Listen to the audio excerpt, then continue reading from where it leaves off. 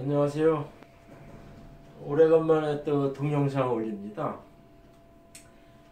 제가 그 동영상을 올려도 이렇게 많은 사람들이 들어와 보질 않더라고요. 이게 저도 신바람이 안 나서 올리고 싶은 마음이 별로 없는데, 제가 이제 명리를 하고 지옥도 한 사람으로서 우리나라 정세가 좀 이렇게 참 이상하게 돌아가더라고요. 제가 보기엔 좀 한탄스럽게 가가지고선 요 동영상은 제가 정리해서 올리려고 합니다.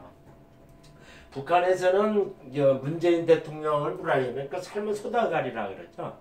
그러니까 제가 봐도 그 삶의 소다가리짓만 하는 것 같아요.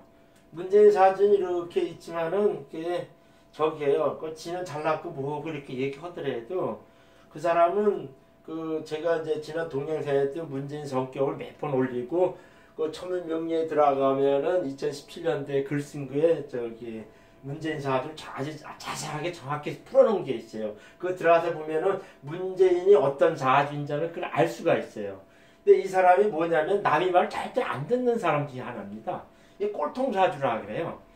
꼴통 사주라 그리고선 이게 되게 잘난 척하고요. 네가 뭔데 이런 식의 있고요. 가장 큰 이 사람의 정적인 특징이 뭐냐면은 겉다르고 속다르다는 거예요. 보통 저는 이렇게 누구하고 통화하거나 누구 만났을 때는 저는 좀 말을 좀 거침없이 하고 쌍스러운 말 욕도 잘하는 편이에요. 근데 문재인 같은 이런 식의 사주의 성격은 겉으로는 되게 그렇게 공손하고 예의 바르고 적연 말만 해요. 그런데 절대로 그 사람 말을 들으면서도 그때는 듣고 이렇게 하는 것 같아도 실상은 그거를 이렇게 들어가지고 자기 저기대로 걷으라고 끝까지 자기 주장만 펼쳐가지고 하는 그런 식의 성격. 그러니까 이 사람 사주의 가장 큰 특징이 속다르고 겉다르다는 거예요. 그것이 이제 일반 국민들도 당해서 알았고, 북한 김정은이 당해서 알았고, 저기 지금 트럼프도 당해서 알았다는 얘기예요. 그러니까 이런 사람들은 그냥 그냥 겉으로 싸우면서도 자기 이제 올바른 걸 주장해가지고 펼쳐야 되는데, 이런 사람들은 상대가 강하게 나오면 그냥 이렇게 하면서 절대로 자기 뜻을 굽히지 않는 식의 사주라 그래요. 그러니까 가장 전형적인 게 겉다르고 속다른 사주라 합니다, 이 사주는. 그러면서도 이게 인수가 이게 되게 태강하게 돼 있어가지고 되게 이제 꽁하고 이제 그런 식의 사주입니다. 근데 제가 여기서 왜 삶은 소대가리 이렇게 얘기했으면, 북한 김정은이가 이렇게까지 얘기할 정도로 돼 있으면은 그냥 알았다는 얘기죠. 쉽게 말하자면 미국하고는 상관없이 우리하고 소통해가지고 이게 허자하자 이런 식으로 해가지고 하는데, 자꾸 미국 눈치만 보고 이런 식으로 하니까는 이렇게 북한에서 그냥 삶은 소가리다 그냥 이렇게 얘기해버린 거죠. 근데 이렇게 삶은 소대가리라고 이렇게 얘기해도 리얼미터나 이런 사람들 할 때 이제 지지율 지지율 같은 걸 이렇게 보면은 반대하는 사람 찬성하는 사람 이렇게 가지고 40%가 넘고 이런 얘기 하더라고요.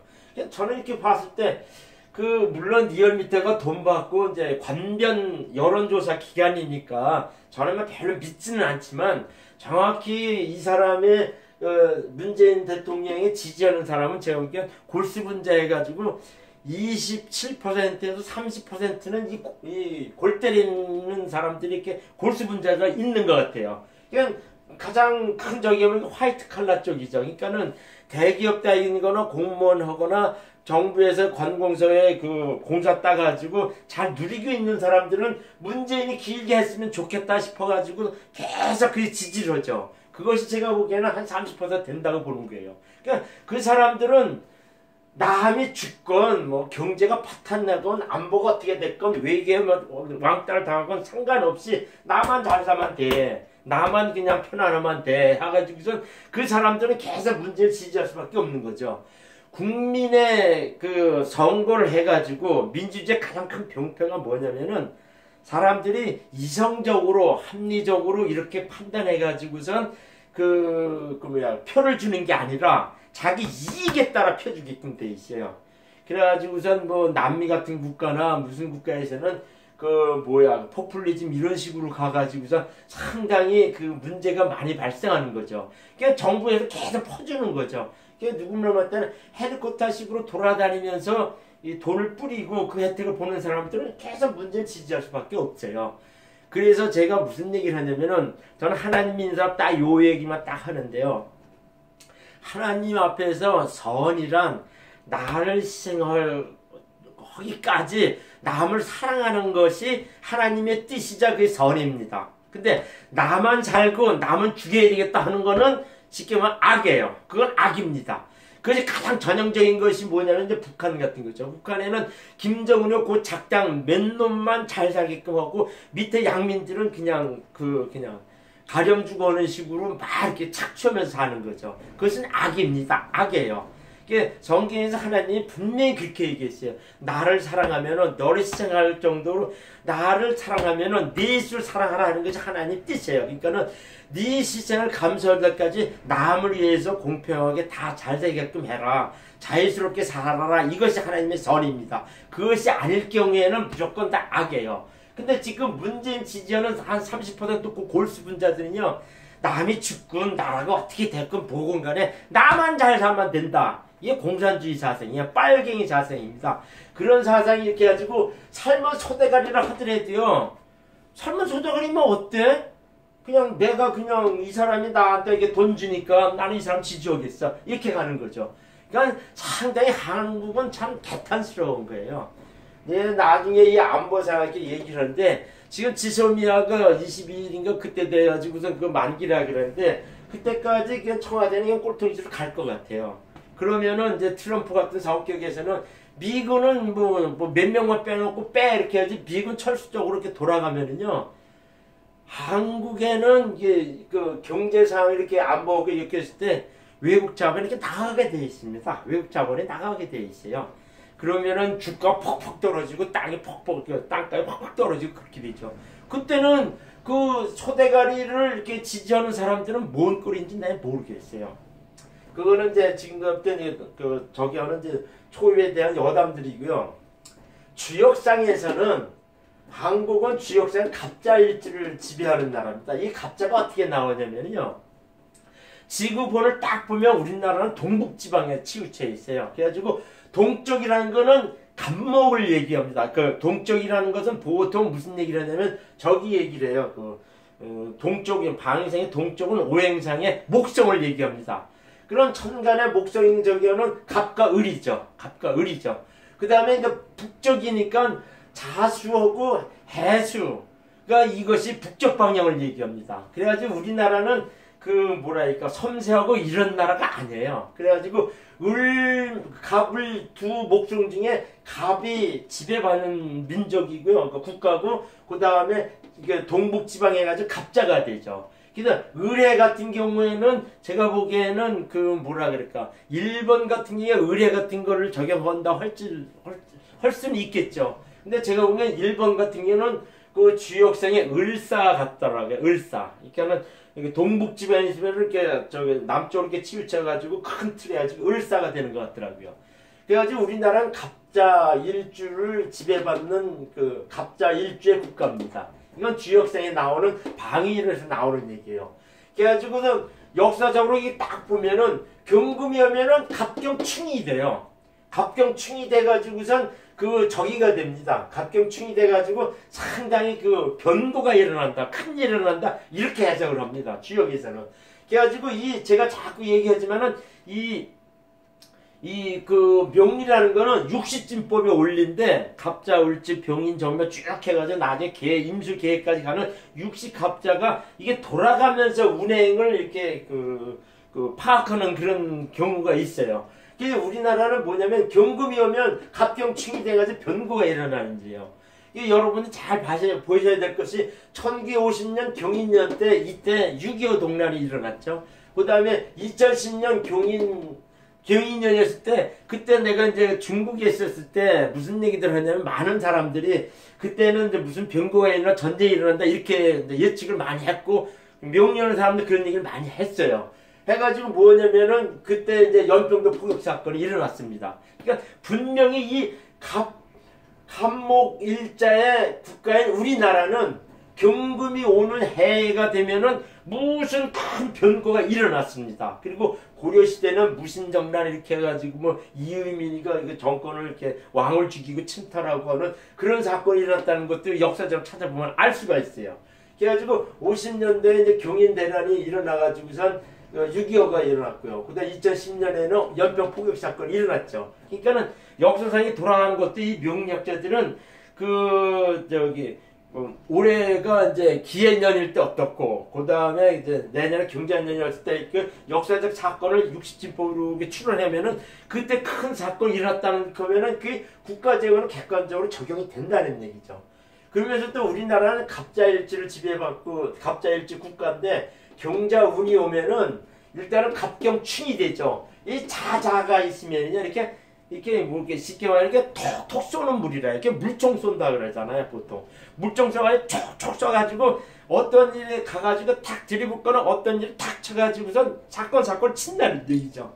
그래가지고 이 자수는 톡 쏘는 사고시 오행이 있다는 거죠. 그러니까 제가 보기에는 우리나라 측면에서 보면은 변고가 일어나는데 이렇게 경인대란식으로 해가지고 그냥 꽝 터지는 것이 아니라 작은 사건이 터진다 이렇게 해석하는 의미입니다. 여기 자수는 톡 쏘는 작업시 오행이다. 그래가지고 제가 보기에는 2019년도 12월 달에 병자운이에요. 그러니까 일단 병자 어른이거든요. 병자 어른이 아주 제가 지난 동영상에 돼 있지만은 12월 달, 1월 달에 무슨 사고가 일어날 것 같다는 식의 제가 동영상 올린 적이 있었어요. 그래가지고 이거는 왜 그러냐면은 이게 자수가 오면서 경자년 자수가 오면서 이게 병자월이 되면은 일찍 경자년에 그 운이 도래했다 이렇게 해석하는 거예요. 그래가지고 이거 자수가 와서 톡 쏘가지고 제가 보기엔 다음 달 12월 달에는 우리나라에 무슨 변고가 있고 아니면은 김정은이가 무슨 저기를 하는 일이 이렇게 예측하는 저기가 있습니다. 그래가지고 2020년도 1월 달에는 정축월이 되는데 그때는 쉽게 말하면 김정은이가 이렇게 명분상에 뜨는 운이 돼 있어요. 뜨는 운이 돼 있어요. 그래가지고 김정은 사주를 보면 김정은 신축일지거든요. 그러니까 무인 이렇게 되면은 그때는 좀 뭐 이렇게 확 풀어나는 일이 생기고 그럽니다. 그러면서 제가 보기에는 12월 달, 그 다음 달 병자년이 되면은 그 뭐 SLBM을 쏘든가 아니면은 ICBM을 쏘든가 아니면은 그 우리 남한의 그 연평도 같은데 다시 이제 포격 사건이 일어나지 않겠냐 이렇게 예측하는 것이 병자 정축 요때 걸려 있습니다. 그것도 제가 동영상에 올렸죠. 그리고선 이런 저기는 또 뭐냐면은 그 나라의 경제 상황이나 안보 상황이나 전반 나라 그 운명은 대통령 사주를 따라가게 되어 있어요. 그래서 지금 문재인 사주는 임진, 개축, 을의 병자 이렇게 하거든요. 그러니까 남들은 많은 사람들이 이게 병술이라 얘기하는데 그 요즘 많이 뜨는 유동학이라는 사람이 영남에 기고할 때 그 문재인 측근 중에 한 사람이 딱 그 얘기를 했대요. 그 문재인은 자시입니다. 을의 을의 밤 12시 넘어가지고선 그러니까 새벽 0시죠. 0시. 새벽 0시쯤에 태어났습니다. 이렇게 얘기를 하는 것 같더라고요. 그래가지고 요 병자가 확실히 맞아요. 그리고 또 이게 병술이 되면은 진술, 축 이렇게 돼가지고 그러니까 축 이렇게 돼가지고 뭐가 되냐면 이렇게 일단은 축술이 해가지고 배우자운이나 자식운이 되게 안 좋아져요. 안 좋아지고 또 뭐 이혼수도 있고 그래가지고 이 가족상으로 봐서는 좀 안 그렇고 안 좋아 그런 지금의 그 김정숙 여사하고 잘 살고 아들 딸하고 잘 살고 하는 거는 그런 식이 엮어지지 않고 또 무엇이냐면은 이렇게 여기 술토가 되면은 이거 지지에는 그래가지고 재성이 많아가지고 이렇게 신약적으로 끼웁니다. 대신 이것이 자수가 되면은 그 해자축 이렇게 수 3방국이 돼가지고선 전적으로 이렇게 그 종강격으로 이렇게 탁 변해갑니다. 종강격으로 변해가요. 그래가지고서 되게 강하고 독한 사주가 됩니다. 그렇게 가기 때문에 제가 보는 견지에서는 이 병자의 자수가 맞다는 얘기죠. 그래가지고 올해가 이 저기 68세가 됩니다. 68세가 되고 명리 나이는 68세가 돼요. 그러니까 양력 2월 4일 한데 68세가 되거든요. 그러면은 63세부터 오는 경신대운에 신금에 와 있어요. 신금에 와 있는데 이것이 뭐냐면은 신금에 와 있는데 그러면서 이제 경자년이 이렇게 내년 도래하고 오죠. 그러면은 첫 번째 이 신금은 천간으로 교벌되는 경금을 얘기합니다. 그러면 경경 오면은 일단은 이제 경금 그 운이 되게 세게 왔다 이런 식의 얘기죠. 그래가지고 첫 번째는 이 경금이 일단 을목을 잡아요. 을과 합이 돼요. 이렇게 잡습니다. 이게 잡아요. 이게 잡아요. 그러면서 대운이 신자진 수삼합이 와 있어가지고 신자진 신이 오면은 자진 이렇게 돼가지고 수성이 많은 사주에 다시 이제 그 저기가 옵니다. 이렇게 인수가 태강하게 옵니다. 그러니까 수성이 태강하게 옵니다. 그렇게 되면은 인수가 강한 사주에 관성이 변화 인수가 되면 그대로 밀어붙이나 까다로워진다. 딱 이렇게 돼요. 그러니까는 그 인수가 강한 사주에 명목상의 운이 그 명목상의 운이 이제 관성으로 딱 오면요 그냥 버텨요. 버티면서 자기 고집대로 이렇게 밀어가는 경우가 있습니다. 그냥 밀어가요. 밀어가가지고서 이렇게 하는데 결국에는 그 관성 성질이 자기한테 많은 인수를 이렇게 변해오면요 되게 까다롭고 좀 아주 좀 이렇게 좀 뭐랄까 좀 까다롭고 뭐 까칠하고 뭐 이렇게 편협스럽고 되게 그런 식으로 가요. 그러면서 인수는 재성하고는 서로 상극이기 때문에 내년 경제가 상당히 안 좋게 갑니다. 인수는 근본적으로 이 재성을 빨아들이게 돼 있어요. 빨아들이게 돼 있어요. 그래가지고선 식상 생재하고는 이렇게 식상하고 생재하고 재성으로 이렇게 빨아들이는 그런 경향이 있어요. 이게 지친다는 거죠. 그래가지고 내년 2020년도의 경제 상황은 상당히 안 좋게 갑니다. 안보 상황도 있고. 그 외교는 말하는 말은 되게 까다롭게 된다는 얘기죠.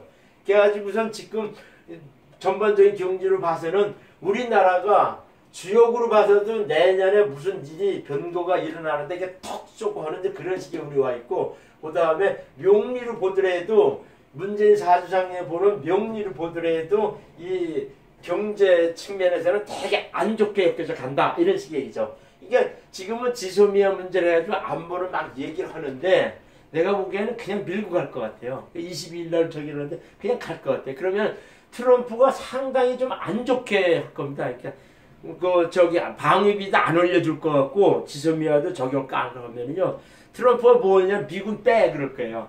그 저기 시리아에서 그 투르크 저기 뭐 도와주고 하더라도 한 1000여 명 되는 그 미군을 확 빼버렸잖아요. 이제 그런 짝이 난다는 얘기죠. 그렇게 되면은 이 김정은이는 아마 그 남한이나 미군을 테스트하는 겸 해가지고서 한국이나 미국을 테스트하는 겸 해가지고 무슨 그러니까 크게 저기 하는 새끼 아니 무슨 사건을 칠 것 같습니다. 제가 보기에는 그게 연평도 포격 같은 그 서부 고대에 무슨 일을 벌이지 않겠냐 이렇게 보는 겁니다. 저는요. 그것이 12월 달에 와 있다는 얘기죠. 그래가지고 이제 김정은 같은 경우는 트럼프하고 휘다먹이어서 이제 ICBM이나 SBM을 괌이나 하와이 쪽으로 해가지고 한번 뻥 터트리게 하는 그런 건 있지만은 이 김정은이 같은 경우는 미국하고 맞상대하고 하려고 그런 마음은 별로 없을 거예요. 근데 실상은 경자년 되면 김정은이가 되게 이제 어떤 사건이 와가지고 본인을 이렇게 어떤 사건을 톡 쳐가지고 그 이후부터는 되게 이렇게 말라가는 운입니다. 그래가지고 2021년 신축년에는 매기살, 화개살이라 해가지고 김정은이가 이렇게 가라앉는 게 있어요. 가라앉는 게 있습니다. 그래가지고선 전반적인 운은 이렇게 해서 이제 얘기를 했고 2020년도 4월 15일 날 경선, 이게 총선이 있죠. 총선이 있는데 경자, 경진, 무자일입니다. 이게 경자하고 경자년에 경진년에 이 경금이 되게 강하게 온다는 얘기예요. 경금이 이게 되게 강해가지고 을경합이 일단은 문제는 이렇게 잡아요. 잡아놓고선 이제 그 이게 축진파, 진진자양 이렇게 돼가지고서 고립수 무리수를 되고 이렇게 가는데 제가 보는 견제에서는 지금 저기 그 황교안이나 이 보수 세력들이 정신 차려야 되는데 정신 차린다는 건 뭐냐면요 그 통합한다 이런 거 하지 마시고요. 제가 그것도 정리해서 올리고 싶은데 황교안이 뭐냐면은 지금 사회적으로나 경제적으로 문제가 되는 문재인의 그 악수들을 반대 방향에 밀어붙이면 되거든요. 근데 황교안은 그걸 못하고 자꾸 무슨 얘기를 하냐면은 통합 얘기만 하고 선거 이런 얘기만 합니다. 그거는 별도로고요. 국민들이 가렵고 아쉬운 점을 이렇게 해결해 주면 돼요. 그게 뭐냐면은 52시간 뭐 근로 시간하고 그다음에 그 뭐 지소미아 같은 안보 문제 있고 그 다음에 그 뭐야 저기 그 소득주도 성장 이렇게 해가지고 그런 거를 이렇게 확 밀어붙이면 안 돼요. 그 반대쪽으로 밀어붙이면 안 돼요. 그 다음에 그 저기 그 핵발전소 같은 거는 다시 한다 하는 식으로 이런 식으로 구체적으로 이렇게 밀어붙인 쪽으로 가야 돼요.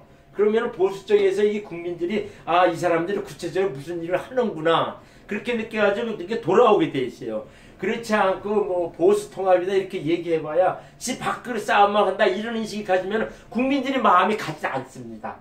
이렇게 해가지고서 제가 보는 견제에서는 그 보수당 이쪽 세력들이 좀 이렇게 지지미진하게 가다가 적이 돼버리죠. 그러니까 제가 보기에는 잘하면 6대4 정도, 그러니까 300석에서 한 100석 조금 넘게 민주당이 차지하고 나머지는 보수 세력 쪽에서 차지할 가능성이 상당히 높습니다.